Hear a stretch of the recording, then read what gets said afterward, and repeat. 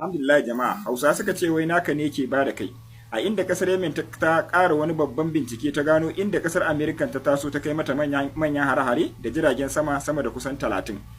Wanda wannan kasashen su ne makotanta guda uku wanda ta ce kuma za ta ɗauki babban mataki a kanta. Ƙasa ta farko ita ce Qatar, ƙasa ta biyu kuma ita ce Dubai da kuma sauran ƙasar makociyarta, inda ta ce za ta kai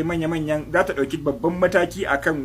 wannan cin amana da suka yi musu, kuma sun ce su jira abin da zai biyo baya. Saboda haka jama'a, komai zai iya faruwa tsakanin yau da safen nan. Saboda haka a ci gaba da addu'a, ubangiji Allah ya ɗaukaka musulunci, ya kaskantar da kafirci, ya haɗa kawunan kan musulman duniya gabaki ɗaya, nuna mana munafukan. Bayan amfani da jiragen sama masu yawa na kai manya-manyan hare-hare kasar Yemen, wanda a cikin daren nan kasar Yemen ta fito ta ƙara bayyana cewa za ta mai da martani a cikin gaggawa. Nan take baka hango jamhuriyar musulunci wato kasar Iran ta ba kasar Yemen shawara akan cewa idan za ta kai wannan manya-manyan har-haram, to kar ta kai kasar Amerika, ta kai shi kasar Yahudu, saboda kasar Amerika tana yi dai saboda kasar Yahudu, kuma karin da za ta kai kasar mamaya sai ya fi mata zafi akan ta kai hari kasar Amerika. A yanzu dai haka dakarun musulunci na kasar Yemen muna tunanin cewa za su kai manya-manyan hare-hare zuwa kasar mamaya wanda ba su taba kai irinsa ba. Kuma nan take jamhuriyar musulunci ta ƙara jawa Amerikan kunne akan cewa a shirye take da dukkan hare-haren da take tunanin za ta kai mata cikin dare, kuma a shirye take da ta kai mata hari. Idan muka tsaya muka dubi shawarar da kasar Amerikan ta ba kasar Yemen,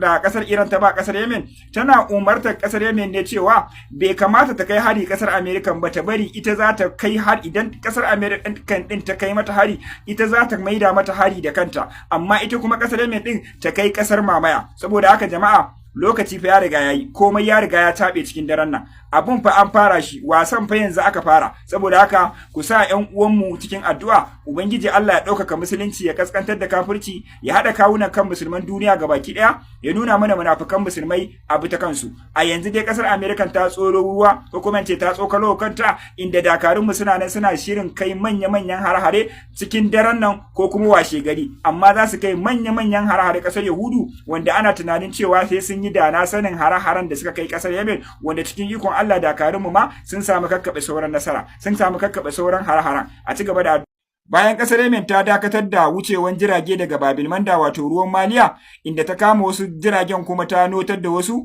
to a ɗazu-ɗazun nan kasar Amerikan ta kai wasu muggayen hare-hare cikin kasar Yemen, inda dakarun musulunci na kasar Yemen sun samu nasarar kakkaɓo sauran jiragen, inda wasu jiragen suka kai hare-hare cikin babban birnin Sana, inda aka samu shahidai har guda 9. Bayan kai wannan, bayan shan ruwa kuma a yanzu ma kasar Amerikan ta ƙara tada jirage sama da guda 20 na sama, nan ma sun yi ruwan bamabamai, inda dakarun suka kakkabo saura kuma suka kai manya-manyan hare-hare a wasu ƙauyuka da kuma wasu garuruwa. Nan kuma kasar Amerika bata tsaya ba, inda ta ƙara gargadar kasar Iran da cewa ita ma tana dab da ta kai mata hari a cikin daren nan. Wato jama'a, kusa kasar Yemen da kuma jamhuriyar musulunci kasar Iran a cikin addu'a, saboda kasar Amerika ta ce akwai yiwuwar za ta faɗaɗa hare-harenta musamman kan kasar Yemen da kuma kasar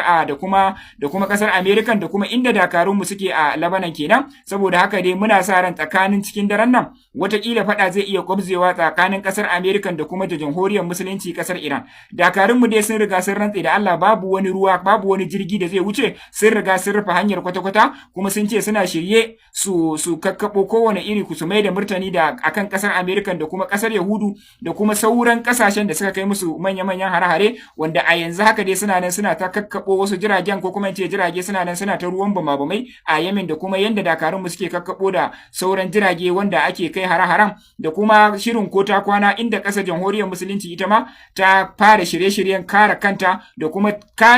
kuma kai hare-hare muddin idan kasar Amerika ta kai mata. Za mu iya cewa dai a yanzu nan cikin daren nan Amerika ta bayyana yaƙi, kuma ce ta fito da wani sabon salo na yaƙi wanda zuwa gobe, wanda komai zai iya faruwa daga nan zuwa safiya. In ba a yi sa'a ba za a iya tsintar harin a kasar Yemen, a jamhuriyar musulunci da kuma sauran gurare. A yanzu yanzu dai kasar Yemen ne suke ta ruwan mamamai da ɗaruruwa da jiragen sama masu yawa wanda dakarunmu suke ta kokarin kakkabewa da kuma shirin kota kwana na kai manya-manyan hare-hare ga jamhuriyar musulunci wanda a yanzu haka ita ma tana nan tana shirye-shiryen kare kanta da kuma mai da martani, inda kasar Yemen din ma ba wai tsayawa ta yi ba, tana nan tana ta kokarin karewa da kuma mai da martani. Babil Manda dai yayi musu nisa, an hana wucewan abinci kwata-kwata, shine hankalinsu ya tashi, kuma hakan ya biyo baya ne bisa dalilin yadda kasar Yahudu ta yau sama da kwana 3 ta hana wucewar abinci shiga cikin Gaza da kuma kai manyan hare-hare take yi a kudancin Lebanon, da kudancin Lebanon da kuma kudancin Jordan. Saboda haka jama'a ku taya yan uwanmu musulmai wato mujahidai na kasar Yemen da kuma